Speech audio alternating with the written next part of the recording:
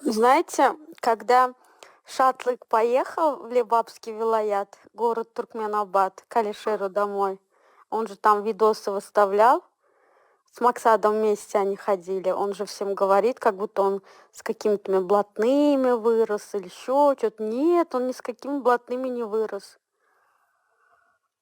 У него даже своего дома нету в Туркменистане, он живет в этом, как общежитие.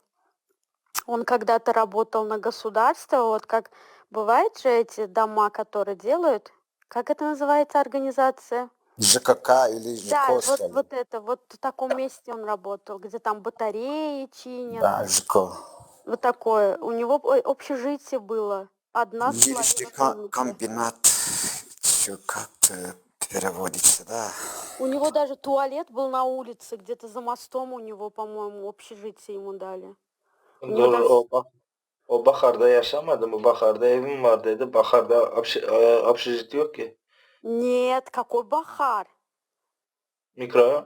Не, о чем ты говоришь? Он и не в старом, и не в новом Бахаре он не живет, потому что он врет.